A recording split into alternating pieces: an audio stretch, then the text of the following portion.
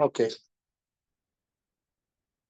So, my dear students and friends, today we have amongst us one of our old students, Miss Tharushi Fernando,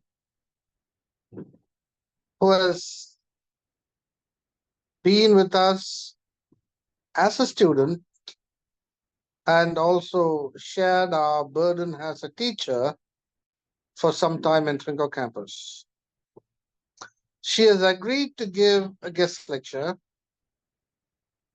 and I marvel at her since she was into defense, she was into martial arts, she was into lots of things. And I've been admiring her since the student days due to her achievements.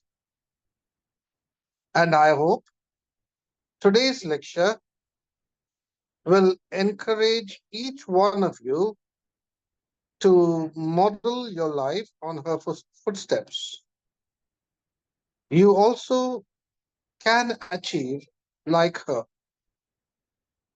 So, welcome, Miss Tharushi. Thank you.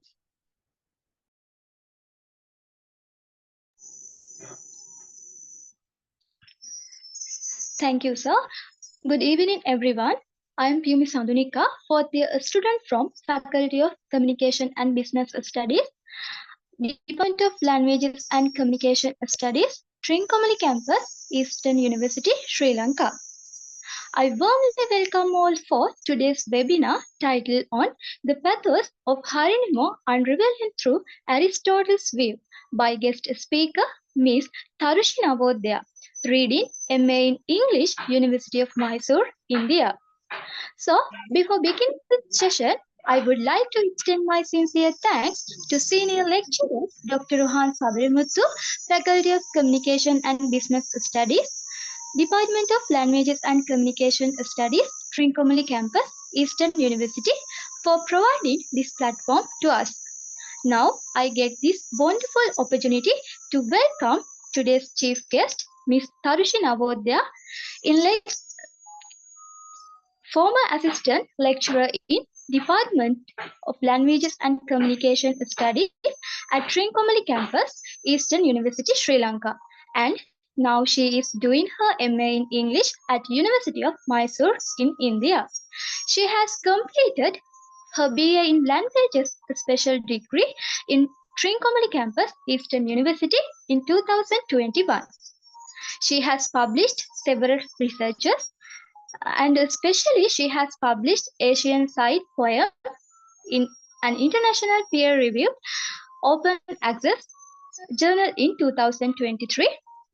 She has attended several workshops and seminars, and also she has achieved Master Warrant Officer.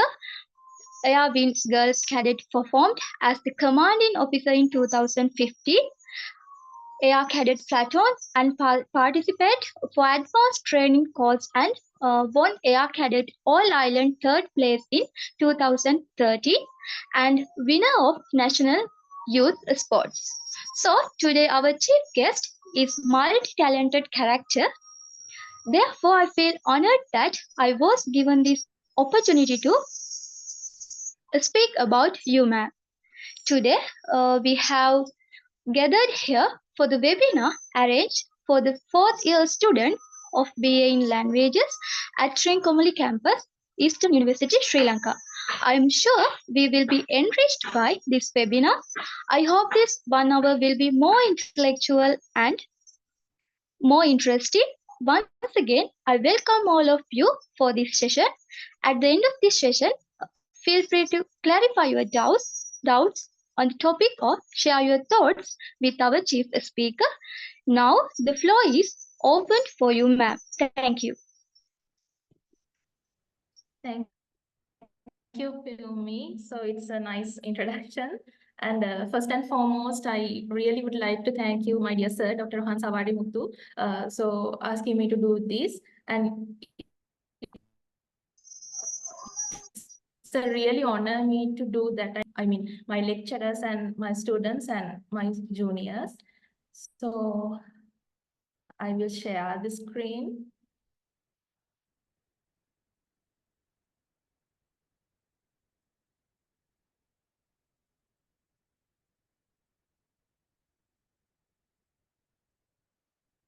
I hope you all can see the screen, right? Can you see the screen?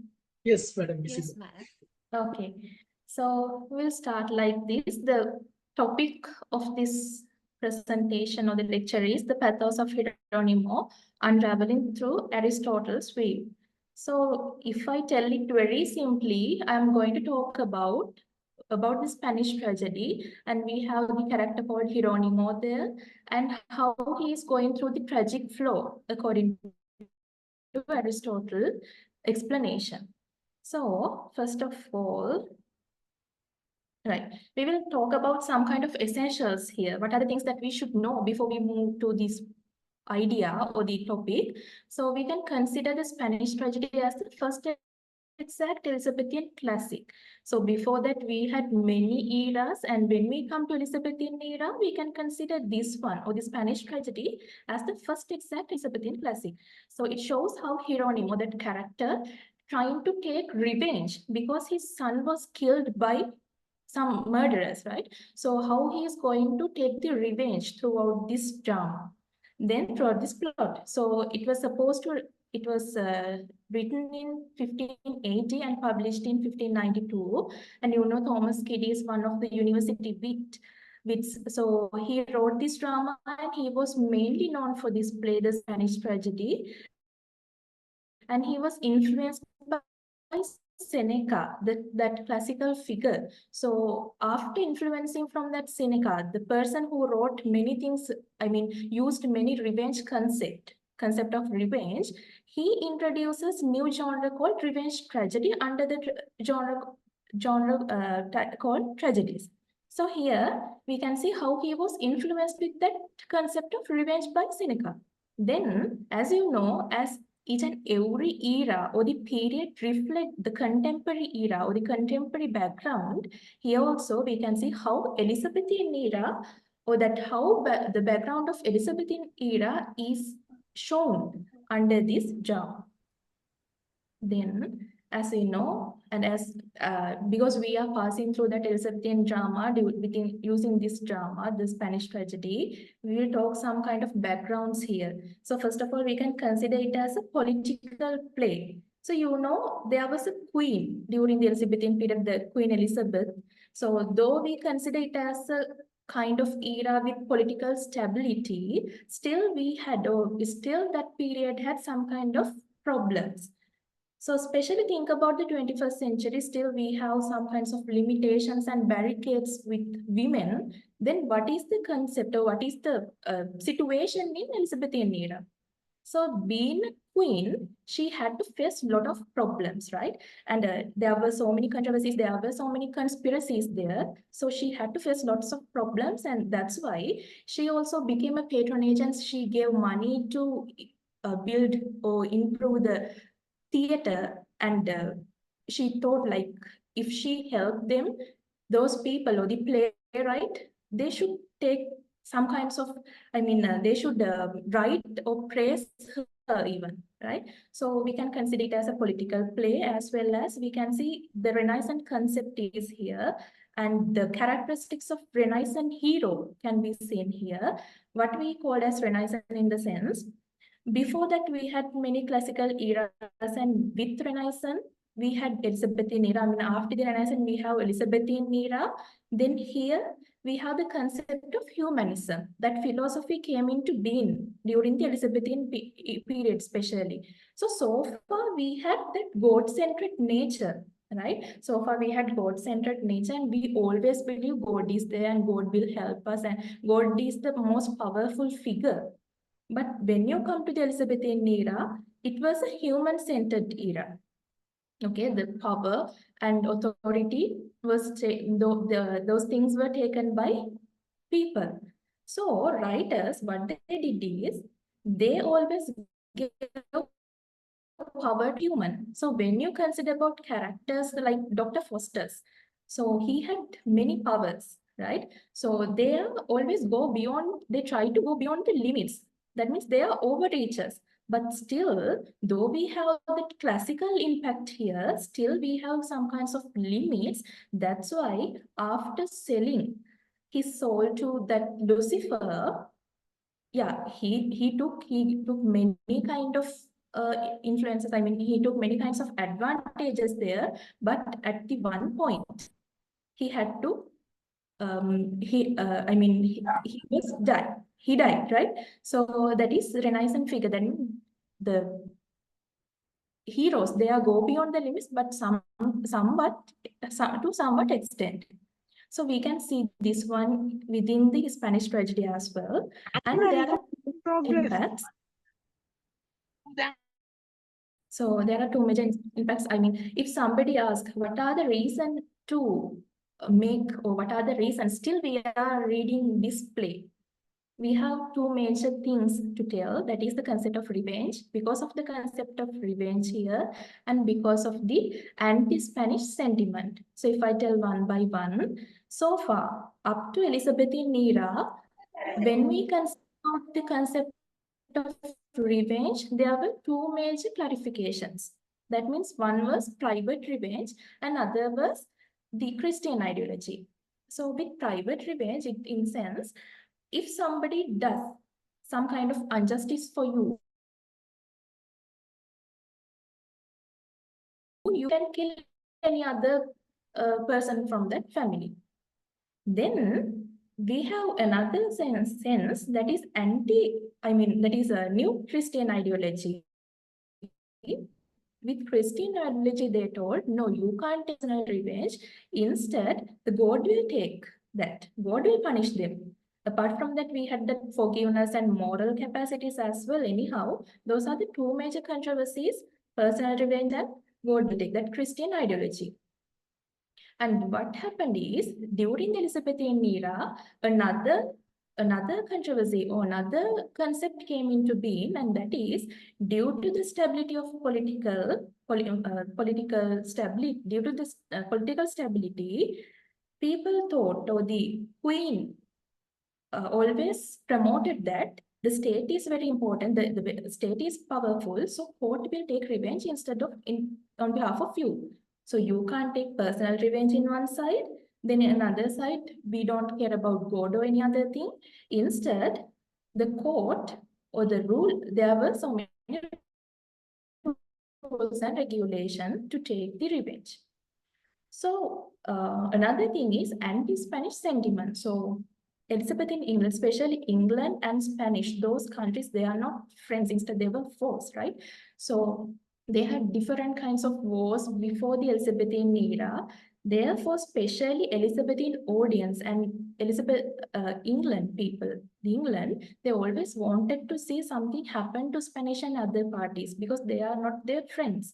So here, during this drama, or at the end of this drama, these two countries, Spanish and Portugal, they were swept out from the scenario. The whole lineage of the Spanish and Portugal, so they were swept out. So as the Elizabethan audience, they're always very happy to see that kind of ends there. Therefore, we can say, because Kidd used those two major concepts, it is still, till date, we are talking about the Spanish tragedy. So, as I told you, Portugal and Spain, they are the major setting here. So, setting can be divided into major parts like time and place. Time is 16th century. And when we consider about the place, that is Portugal and Spain. They were the major settings. And there are some of the major characters here. I will introduce who are they. In Spain side, we have the King of Spain and his brother, that is Duke of Castile. So he has two children, Belimpiria, the daughter, and Lorenzo is the son. Then we have Marshal of Spain, Hieronimo, the person who we are considering here. Then his wife, Isabella, and they have a son called Horatio. This Belimperia loves Don Andrea. Then he goes to war, Portugal and Spain war, and there he died. Then Belimperia loves Horatio, right? This Horatio and Don Andrea, they are friends. Then in other side, in Portugal side, we have the Viceroy of Portugal and his son is Balthasar. After the war, Lorenzo and Balthasar become friends. We'll discuss it later. Anyhow, these are the major characters that we can find out throughout this play. Apart from that, we have some kinds of minor characters here, like Pedringano, Cerberus. They are the servants of Belimperia. Then Alexandra and Vilupo. They are noble people of Portugal. Then Page, Hangman, Pedro, Jacques, and there are so many minor characters in this story. Then, right, then we'll go through the story. I will briefly tell you the story because I think most of you haven't touched the story yet since you're from 30, right? So it starts with the chorus. You know, it is a concept of classical drama. Still, we have that kind of elements here, chorus, prologue, likewise, right? So here this chorus talk about the backstory. That means it introduces us the backstory. If the play starts from the act 1, we don't know what has happened in the history. Therefore, here Don Andrea, he died. So his ghost of Don Andrea and revenge, they come as the chorus, and they are introducing themselves and many other things of the backstory. So here, the ghost of Andrea starts to lament and he is introducing himself and he tells the cause of his death and he tells his journey to underworld. So according to his introduction, we as the audience come to know that Don Andrea, he is a noble person as well as a soldier in Spain, and he went to war and there he died. So the thing that you have to keep in your mind is it's not a kind of personal revenge or something like directly attacking something. It's not like that. Instead, it's a common thing, right? Because he went to war and he was a soldier, therefore he died. But he started to take the revenge. He wanted to take revenge. The major reason is he loves Belimperia. If I tell it very easily, you know, if we love someone, we love to live. So that was the major cause to make Andrea as that kind of ghost. So he is telling his journey to underworld in the sense nowadays we call it as hell. So he goes to hell seeking the judgment because he wanted to take revenge. Then revenge, it works as a character here, right? So it works as a character here and it is personified here. So spirit of revenge promises Andrea, I will be with you until you take your revenge. So these both characters, they go to hell, they go to underworld seeking the judgment. And there he met 3 judges, Minos, Radamanth, and Icus, and they sent them to the god of underworld or the king of underworld, that is Pluto, and his queen was Proserpine. So she plays a small role here, and he took ultimate judgment. According to that judgment, Andrea should go, or Andrea, he wanted to send Andrea into the materialistic world again to see or to witness the revenge. So that's what the backstory, and we can move to the Act 1. Okay, so this Act 1 starts with the celebration of Spanish court, because they won that war. They had war between Portugal and Spain. So Spanish court, now they are celebrating because they won. Then at that time, they captured Balthasar. Balthasar is the viceroy of Portugal. So they captured Balthasar, who captured that Lorenzo and Horatio. Those 2 characters captured, and they brought him to Spain. And there, the king of Spain, he assigned Lorenzo to take care of him as the prisoner. Then Belimperia came to know that Andrea is no more, so she started to cry. And within few days, after few scenes, we can see Balthasar fell in love with Belimperia, and Belimperia fell in love with Horatio, who was that Andrea's friend.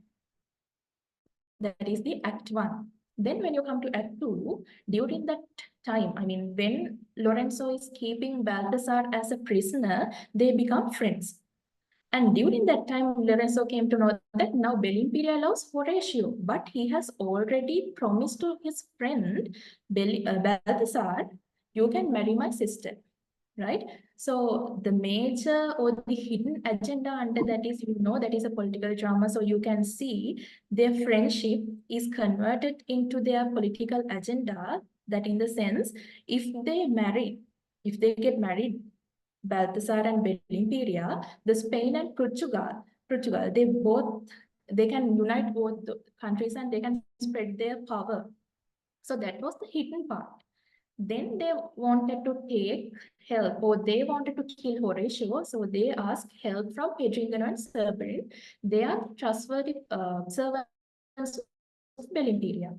So at the same time, or meanwhile, King of Spain with Portuguese Viceroy, Ambassador, and Duke of the Castile in the sense, Belimperia's and Lorenzo's father. So they were talking about, they wanted to arrange the marriage between, they also wanted, right? They also wanted to arrange the marriage between Belimperia and Lorenzo. So they also had that kind of idea, if they get married, those kids, they will unite these two nations, those two territories.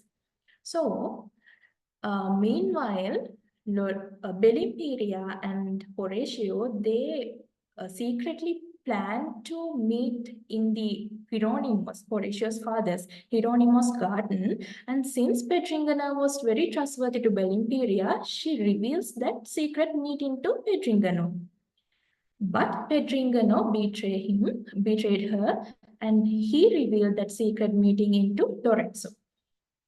So while they were meeting in the Hieronimo's garden, Lorenzo and Balthasar came there. They went there with Pedringano and Cerberin, and they killed Horatio.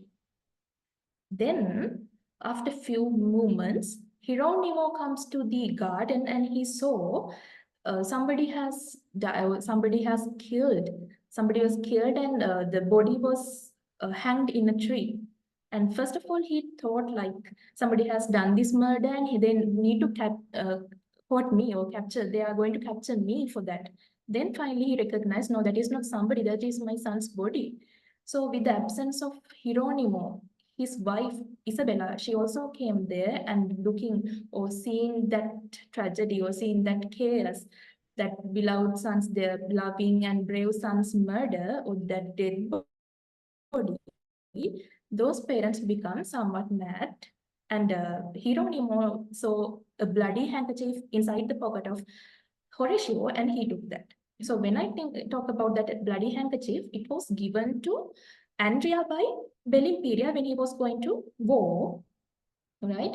And during that war, when he died, Horatio took it. So first of all, that handkerchief is the symbol of love. Then it was taken by Horatio because of friendship and revenge and all the things. Then now Hieronimo took it as the symbol of revenge. That means he kept it with him to take the revenge. He wanted to fulfill his revenge because his beloved son was killed by somebody. Then that is the scene that happened during the Act 2, and Porus, that is Ghost of Andrea and Spirit of Revenge, came again, and they become very angry because he wanted to see the death of Lorenzo and Balthasar, but instead he had to see the dead body of his beloved friend Horatio. So that is the Act 2 here. Then moving to Act 3, here you can see Hieronimo received a letter in blood, and according to that letter, Belimperia had written that letter, and he has revealed who are the murderers because she witnessed that, right? Then, as the father of Horatio, Hieronimo couldn't believe that because it has been written by Belimperia. It cannot be happened because she is the. It has been happened by Belimperia. So she is the brother, right? Sorry, she is the sister of Lorenzo. Okay, son of brother of Lorenzo, so she couldn't believe that first. Then Lorenzo, at the same time, Lorenzo wants to wipe that witnesses, Pedringano and Cerberin. So they wanted, he made another plot there, right? So he made another plot there. The thing is, he asked Pedringano to kill Cerberin. Then he knew if he kills Cerberin, definitely Pedringano had to go to jail or somewhere, right? Like that. Then Pedringano killed Cerberin. With that, Pedringano was caught. And there he he was under the death penalty. Then Pedringano has written a letter to Lorenzo. He had written a letter to Lorenzo mentioning that I helped you to kill. We did that murder. I helped you to kill Hiroshio. Then I hope you will save me. So that was the letter there. Then Hangman found that letter and he gave it to the judge. Judge was the Hieronimo, Hiroshio's father. Then after, with that letter, Hieronimo came to know that, okay, this is the real incident. That first letter which I received from Belimpira, that is okay, because the actual murderers are Lorenzo and Balthasar. So he was revealed who are the murderers here.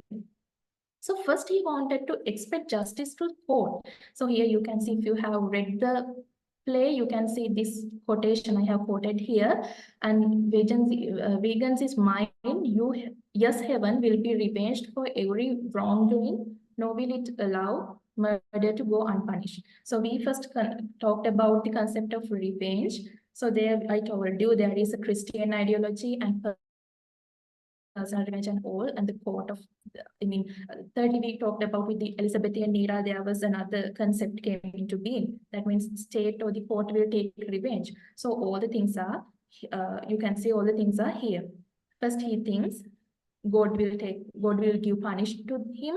Then he went to court, but unfortunately, king wasn't aware about that. He was not aware about that. Then finally he thinks I should take revenge personally. So that's what happening in Act 3. Then Act 4, so meanwhile, those two parties, Spanish and Portuguese. So those people, they are arranging the marriage between Balthasar and Belimperia, and they asked Hieronimo to make a stage play during that festival, during that season. So he was assigned to make a play, and he had already written a play called Solomon and Persida. So he's made some kind of adjustment there, and he wanted to use characters.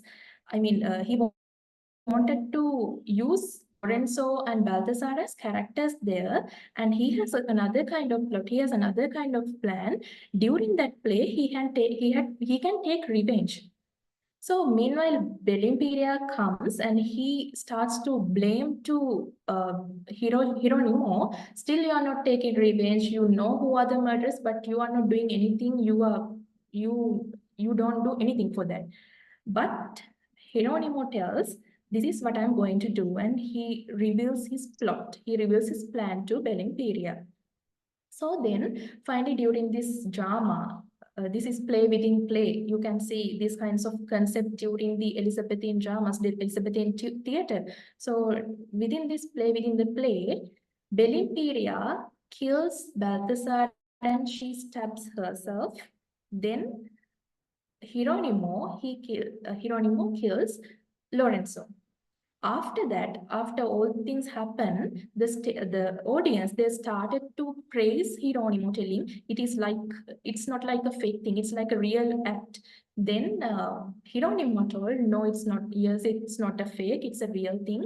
Your sons and other people are no more. I killed them.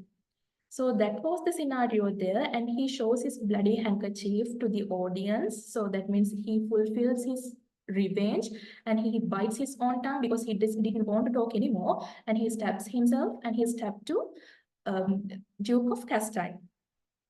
Then we can see Isabella also committed suicide, and here you can see that anti-Spanish sentiment that which I told earlier.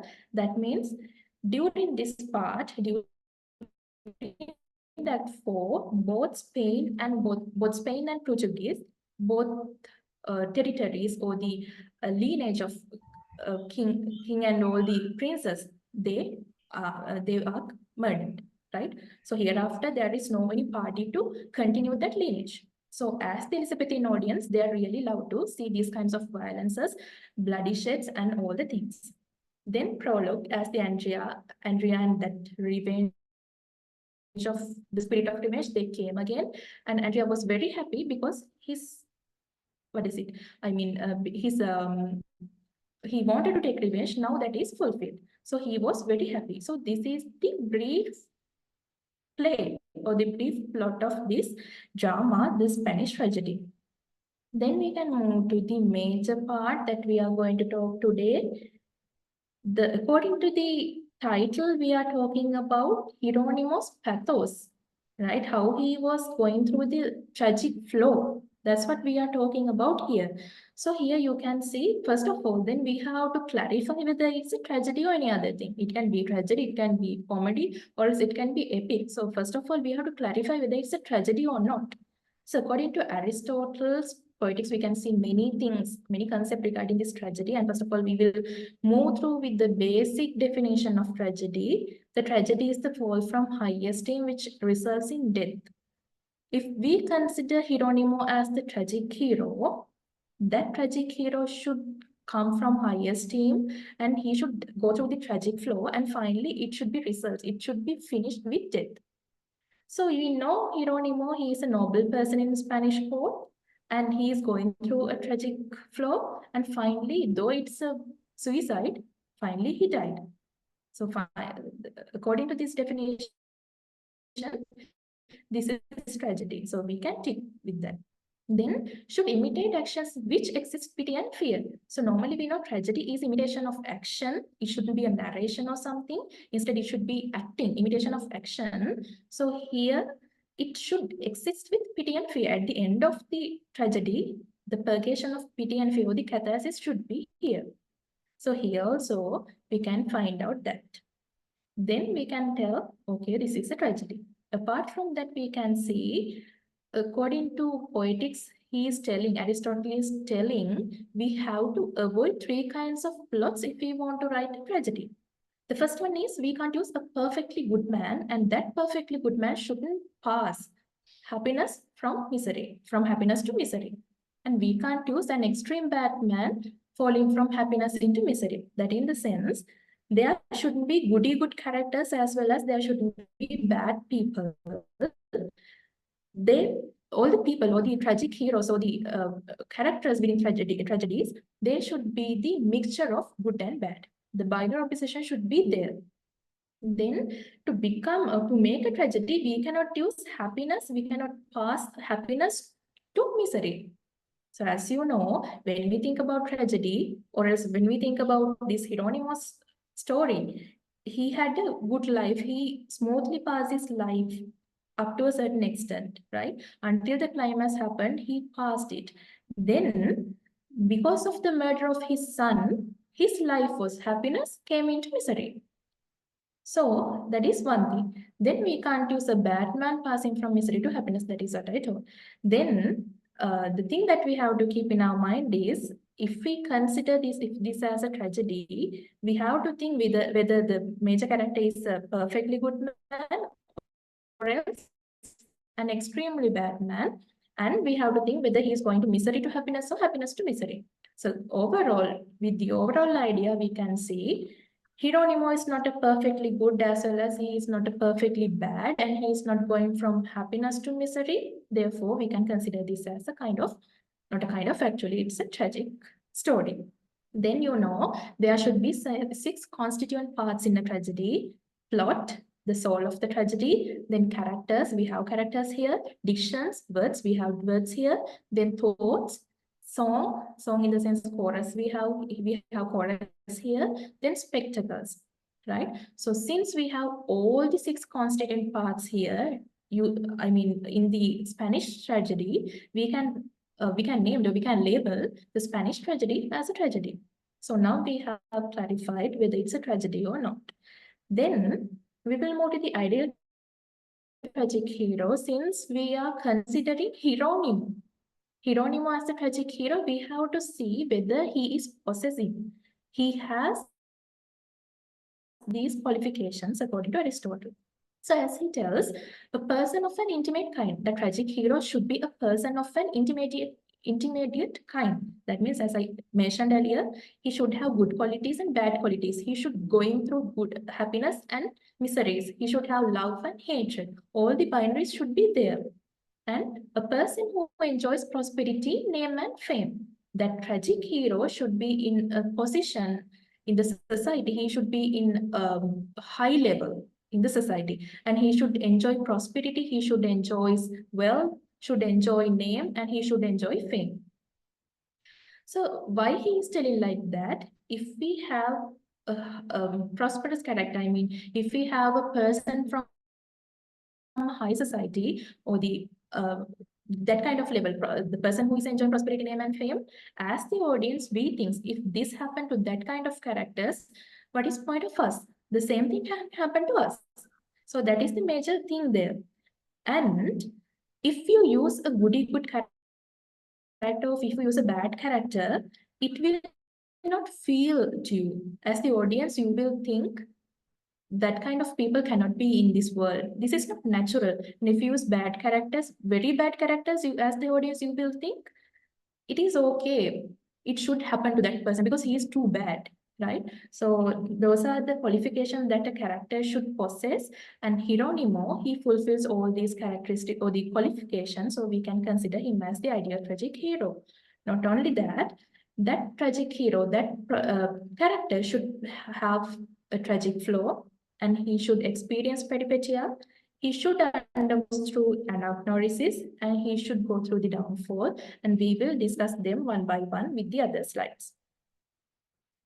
Then come to the concept of hamartia. You know that is a tragic flaw or error in judgment, and it directly leads to the character's downfall. As an example, if you suppose there is a pot full of gold, and if there is a small hole there, and one day all the gold will go out. Likewise, even though there is a good person, if he has kind of tragic flow, kind of bad qualities with him, definitely he has to go through that downfall. So here what is the hamartia of Hieronimo is his overwhelming grief and obsession with revenge after Horatio's murder. Because of that Horatius murder, he wanted to take revenge. So we can consider revenge as his hamartia. Not only that, somebody can argue that his madness, he became somewhat mad after seeing the dead body of his beloved son. So we can tell both are as the hamartia here, because hamartia is not only one thing, there may be several things as well. But when you come to the classical dramas or Aristotle concept, normally when you hear the term hamartia, next what comes to your mind, that is hubris, right? That means pride. It can be one thing because hamartia is the whole concept and hubris come under that. So it can be one thing. So if you consider about Hamlet, hamartia of Hamlet is procrastination. So that is one thing. Then Dr. Faustus, he wanted to overreach. So that is hamartia. So likewise, we can see many other concept, not only the hubris. So here, then keep in your mind, the hamartia is he wanted to take revenge, as well as we can consider his madness in one side. Then peripetia, or the reversal of fortune. So here, peripetia, in the sense, we can call it as reversal of fortune. So you know the story or the plot starts from the exposition or the introduction part. Then we have the that introduction part. Then we have before the climax, we have many other parts, right? So rise in action, sorry, that is rise in action. Then we have climax. So this climax or this turning point can be considered here as the peripetia or the reversal of fortune.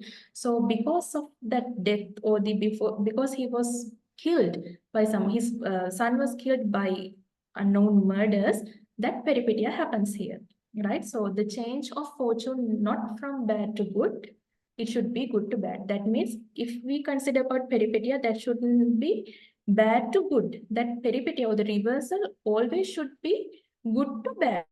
Here also, as I told earlier, Hieronimo was going through a good life. Then suddenly he had to reverse. So he had to turn his fortune into bad side because of that murder. So here the peripetia is that. Then that a sudden reversal or discovery leads directly to the fortune. And you know that murder of his son, it leads to his tragic journey. Then anapnesis, it means recognition, as that term implies recognition in the sense recognizing. So if that is a murder, we are recognizing who are the murderers. So that is the anapnesis here, and especially the Hieronimo realizes that Lorenzo and Balthasar are behind this murder. We can consider that as anapnesis. So recognizing to that peripetia or the reversal of fortune. So according to Aristotle, there are 6 kinds of anapnesis. So he tells the first one as the least artistic form, that is by signs or marks. We can divide it as congenital and after birth. Congenital in the sense by birth, like birthmarks and all. Then after birth, we can see bodily marks or external tokens. Bodily marks in the sense scars. After birth, we can have those scars and all. Then external tokens like necklace and other things, any other things, right? So here we can't find that Hieronimo didn't find the murderer with the signs or marks. So it is anyhow it is one kind of recognition according to Aristotle. But here we can't use that one. Then by the plot. If you can recognize by the plot in the sense the writer is writing something arbitrary there without any logical reasons. Then we can see recognition by depends on memory. After hearing or after listening to something, after hear something, after tasting something, if your memory evokes, if you can remember something, that is what we call as recognizing by depend on memory. Then recognize by process of reasoning. It means with the logical reason, one thing happens, then another things happen. Likewise, there are some kinds of link between events. Then after, the person recognize what has happened. Then by false reasoning on the side of the other party. Normally, the Aristotle also not that much explain this part, but anyhow we can understand because of some parties or some person's wrong behavior, we can come to know, we can recognize the reason. Then finally, by discovering, and Aristotle tells this as the most artistic form of anagnosis, or the 6 kinds, among the 6 kinds of things, right? So here we can see it is really logical. It goes through a logical way. So when we consider about Hieronimo's story, when you think about anagnosis, here you can see according to that 6 kind, we cannot think about by signs or mark. We have to keep it away. Then we can't think about by plot, by depend on memory. Instead, we can think by discovering, but by discovery is consistent with by process of reasoning and by false reasoning on side of the other party. If I tell it, if I further explain it, first of all, Hieronimo received the letter from Belimperia mentioning who are the murderers. She wanted to reveal that. So that is one side. That is in one side. In other side, because of the false reasoning or because of the false attitude of or false thing happened by Pedringano's hand, he wrote a letter to Lorenzo revealing. He didn't want to reveal actually, but he wrote a letter to Lorenzo asking his help. So with that also, we can see how that anagnosis or the recognition happens. So with the first letter, and it links to the second letter. So here we can see how that anagnosis or recognition happen like that.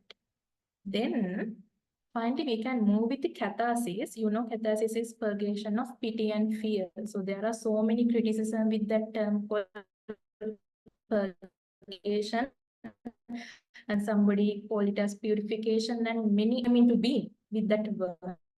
Anyhow, simply if we talk about catharsis, that is the audience experience catharsis through Hieronimo's intense suffering and ultimate tragic end, evoking pity and fear. So here at the end of the drama, we can see how that character, how that noble character ends his life after the tragic flow, ends his life with death.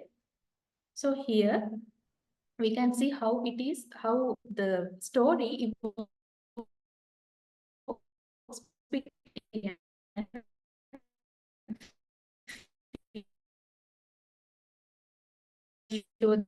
Hieronimo's grief and suffering, Hieronimo's quest for just descent into madness, isolation and loneliness, all the things can be considered under pity. But finally, fear is the play within the play. We can see the fear during the play within the play and the final action.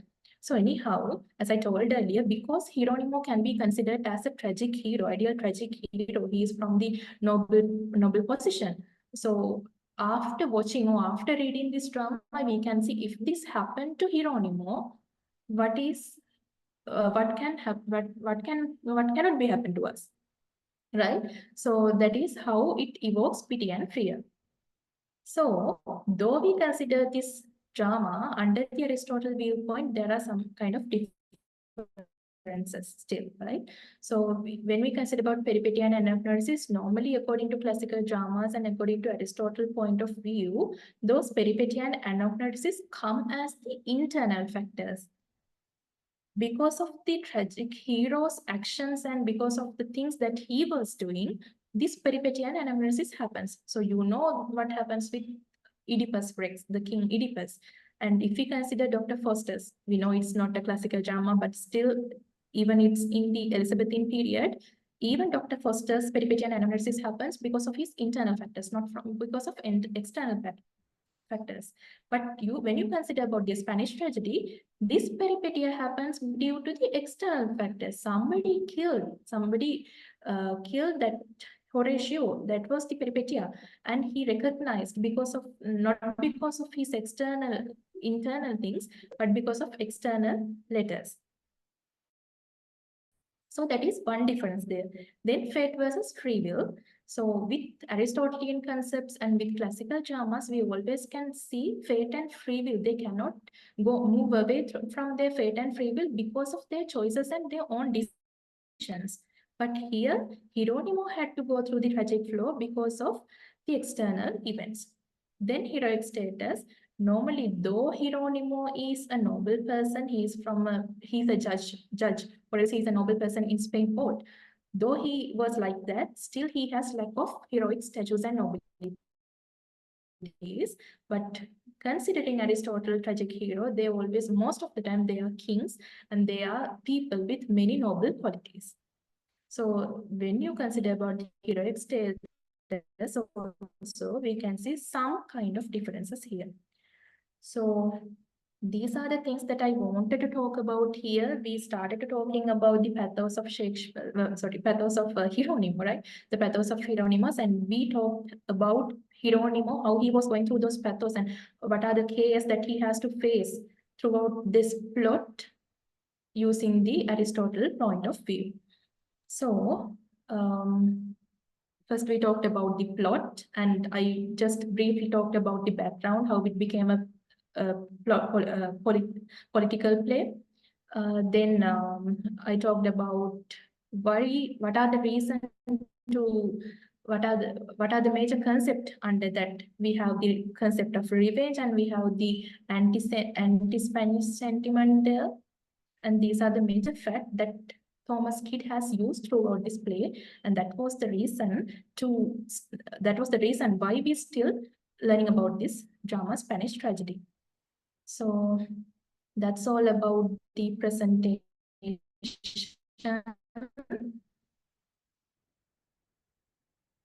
Hope you got all.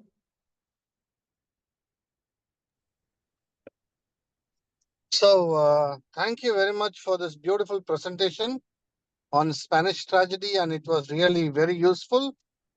And anyway, you have prepared well, and you have almost answered most of our questions, that we were having. So the floor is open for all of us to ask questions and get clarifications from Miss Tharushi.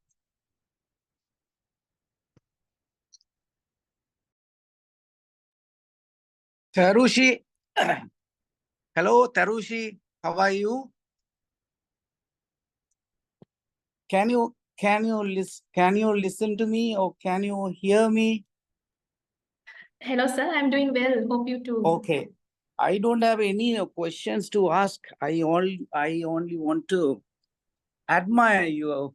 I have a high appreciation on your growth in the short period of time since you left from us, and touching on Hamartia and Peripety, Anagnorisis, and the stuff from Aristotle, connecting to tragedy. It's a fantastic presentation. Cheers to you, and I wish you that you grow further and further and be a model to the younger generation that are studying in the campus today. God bless you, Tharushi. Thank you so much. So it's a great honor to me having you here today.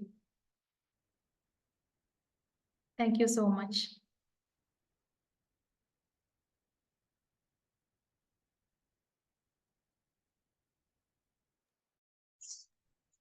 Yes, Krishanta, Malisha, questions? Anjali? Tharushi, Yes. I'm Niruba.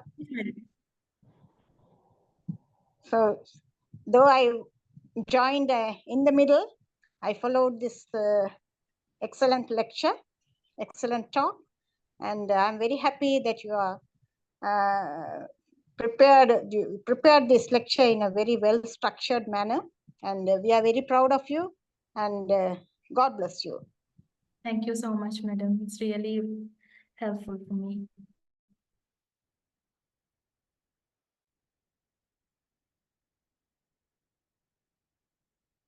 Why don't you shed some light on the tragic flow of all these heroes?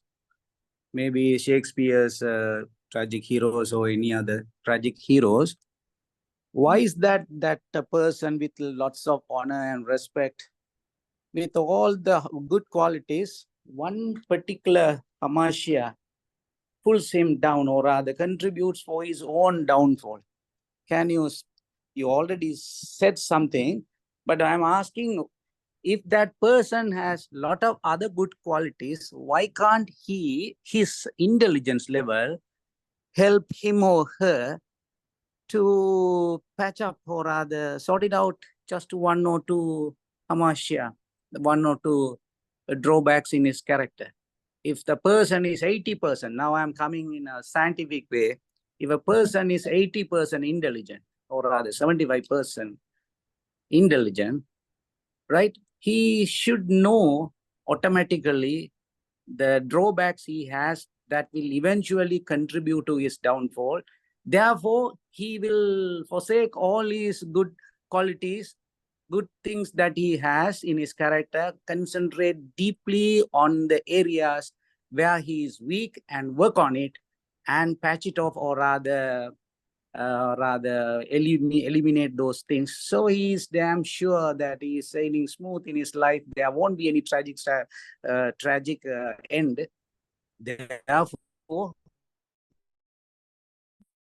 there won't be a tragedy at all. Therefore, there won't be a story. There won't be a drama. So, is it for the sake of drama, to entertainment purpose? The people who are writing the tragedies, are they going against the logicalities? That's the question. Yeah, in one side, if we think about classical dramas, the reason was they couldn't escape from their fate and free will. So there was another thing. I mean, well, they couldn't go away from their fate and free will. So that's one point. So they, even though they had many good characteristics, they had to move through that. Then when we come to the Elizabethan era also, yeah, it's a little bit like we need to evoke pity and fear. The major impact or the major reason of the tragedy was, one of the major reasons of tragedy was they wanted to evoke that pity and fear. They wanted to give that kind of feeling to the audience. So they always use that. So if I go through away from that part, when we consider about D.H. Lawrence novel, the characters are going through many bad things. So we can see that kind of tragedies there. They are not end with death, die. They don't die. So instead, they turn their characteristics and turn their life in another way.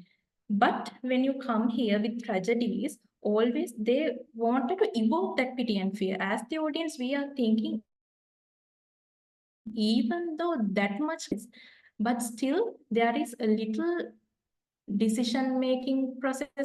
So there is still a small managing something like that. I mean, that kind of loophole, they have to go through that one. So Darshi, I hope that are you putting fate and free will into one basket? Are they both same or different? they're different, sir. Yeah, should be. Both are different. So my question is, fate, of course, we can't do anything with that. But the free will, we can purify. In every action, we can change the decisions. Therefore, we can change our destiny finally.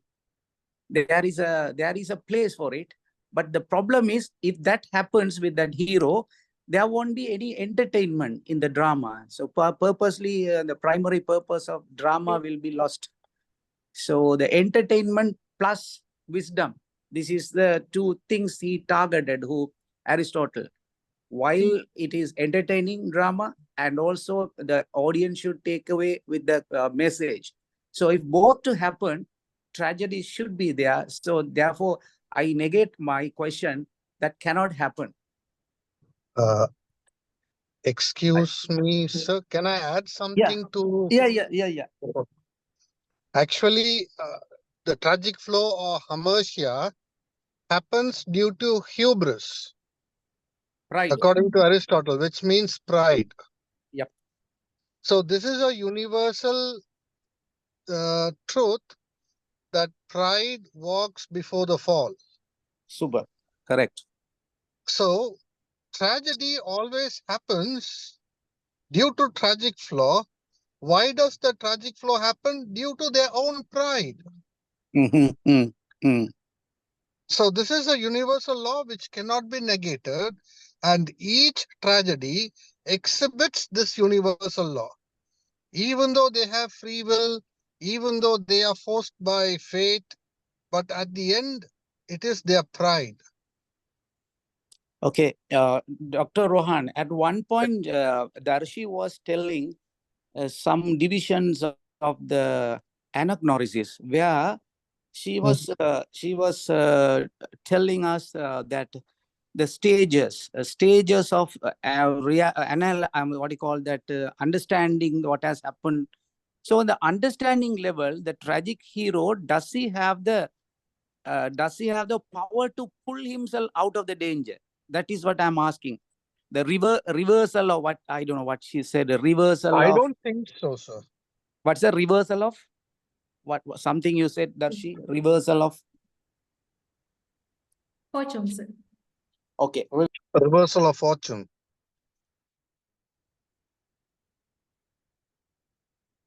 Well, there is a thing with Seneca. He gives more importance to free will, free choice, and the Actually, clash. actually, the reversal has happened to me. Tragedy that while I was speaking, I got another call and no. So, Dr. Rohan, or rather Dr. Rohan or Darshi, please enlighten me. I just want to know. This is all the time disturbing me. If I am an intelligent person, and if I can understand that I have hubris, I have this bit of problem with my pride. Sometimes it takes the better of me. So there is a danger. I understand there is a danger. So is there any way with my intelligence and experience, can I pull myself at the crucial stage, withdraw from the situation, withdraw from the downfall? You mean in real life? Yes. Yeah, it can be done, and that's what religion plays its role. When you are a true spiritual person, then you can take yourself away from that situation, analyze it, meditate on it, and get back onto the right track. Okay, if it is in the drama, it is purposely done for the entertainment. Yeah. Okay, okay. No, So everyone will not have this ability to do meditation. So this is a drama for the common people. So they yes, will understand what happens in their common life if they are going to be proud, and like that. correct. So same thing with our students. Our students study only 2 days before their exams because they've got so much of pride that they think that they can easily outsmart the entire 3-hour exam. Okay, okay. So That even is today, not the pride. Aristotle, That is not the hubris or pride. That is the negligence. Total negligence. That not is also negligence. hamasha. That is also hamasha. Yes, Yeah, it comes under hamasha. it concerns the hamasha. Why do they have that hamasha? They will not study every day. They'll say tomorrow we will study. Tomorrow we will study, because they have a pride in themselves that they can do it. We call it overconfidence. Another name. So it pulls them down. So Yeah. overconfidence is bad. Mm.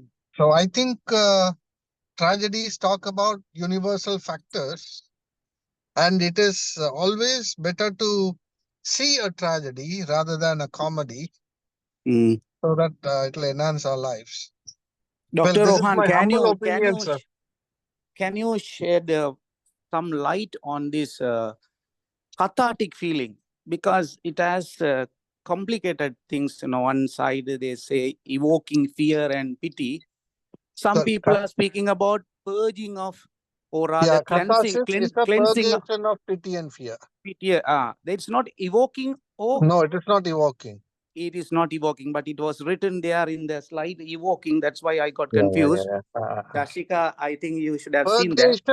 Purgation Okay. is like putting the gold into fire and purifying it. Exactly. Is it a So cleansing of the feelings and yes, yeah, correct. yeah, Okay. it's a purgation, cleansing. Okay, So the thank thing you. is, we already have pity and fear, and those days pity was considered as a negative value, and fear was also considered very negative. So Okay. your pity on others and your fear for future, Mm-hmm. a little. I'm just trying to put some my own explanation into it. Okay, go Can ahead. be purified Mm-hmm. when you see what happens to these characters on stage. Correct. At Yeah, the we end, it can. is only death. Yeah, we can. Therefore, you don't need to be afraid. Anyway, you are going to die. So it purifies your pity and fear so that you Yeah. can be a just person. Yeah, I understand that it becomes in front of us, something is enacted happening. What happens today to this tragic hero should not happen in my family. So that the purgatory feeling, that the purification and the cleansing sharply comes back on the hamasya. The downfall comes through this fault in the character. So we need to be careful. But however, That is for a normal person like you and me. Yeah, but But if the whatever it be, same play is witnessed by, let's say, by the president or the prime minister of today's country, well, for them the message will be: I have to be very strong. I shouldn't take pity. I shouldn't have fear, because at the end, what I could face is death. And I am born and I am going to die. Therefore, I will not bend. I don't need to bend for injustice. I will be just. I'll act according to law. Yeah. So there are two kinds of, it differs from these two people who are the powerful and the powerless. So powerless, they don't want to have the tragedy. Yeah.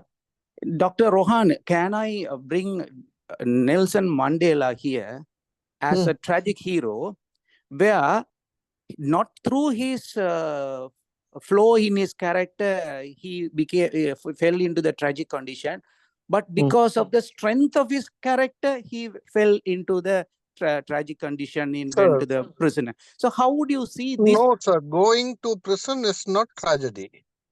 Okay. The Okay. definition of tragedy is fall from high esteem, which should result in death. So it is a fall from high esteem. But Nelson Mandela, even though he went to prison, Gandhiji, even though he went to prison, they did not fall from their standards. Yeah, correct.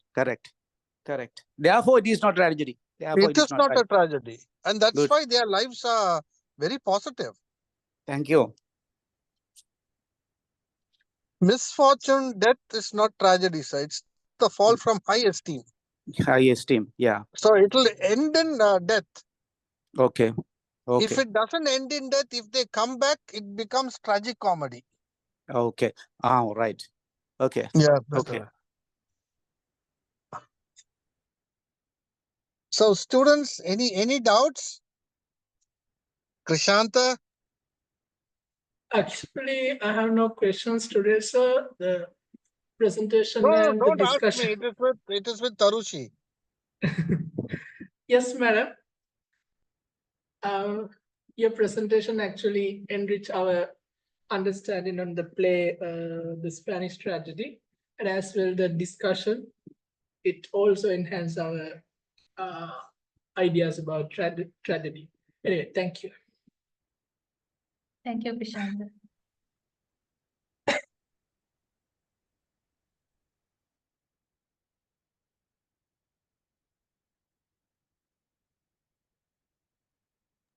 Once again, you did very well.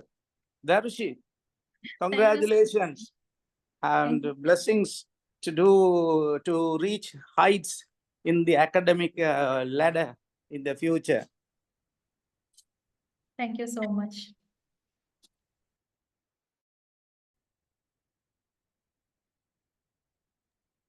Madam, there's a question in the chat box.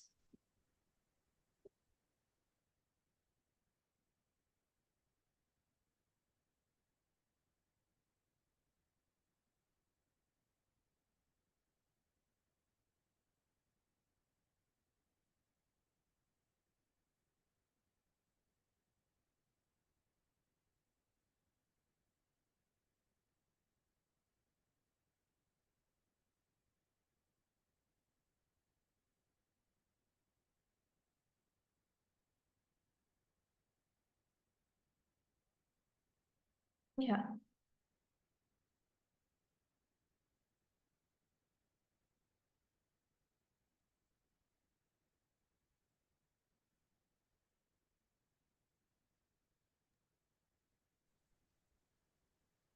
Yeah, can you read the question in the chat box, Krishanta?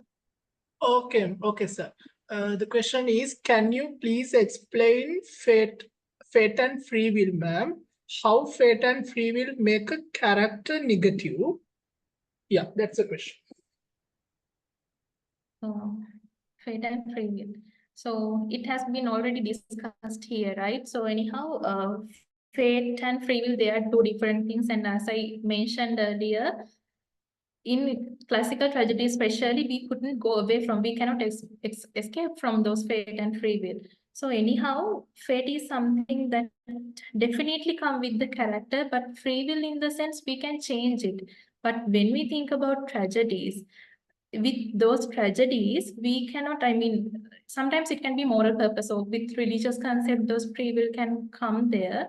But due to the tragedy is a tragedy, I mean, due to the tragedy has been written to show, or else it comes with the catharsis, always the character makes some kind of mistake during his lifetime. So that's how it becomes negative at somewhat extent. Is that okay? Or Yeah, I think that's a good answer. that means they can. That's your understanding. It's good.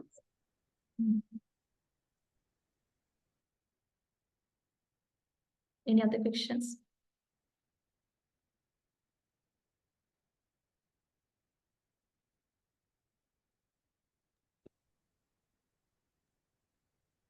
Well, if we don't have questions, can we go into the vote of thanks?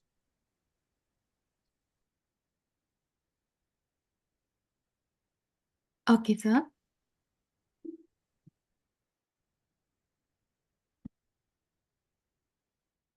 Good evening, everyone.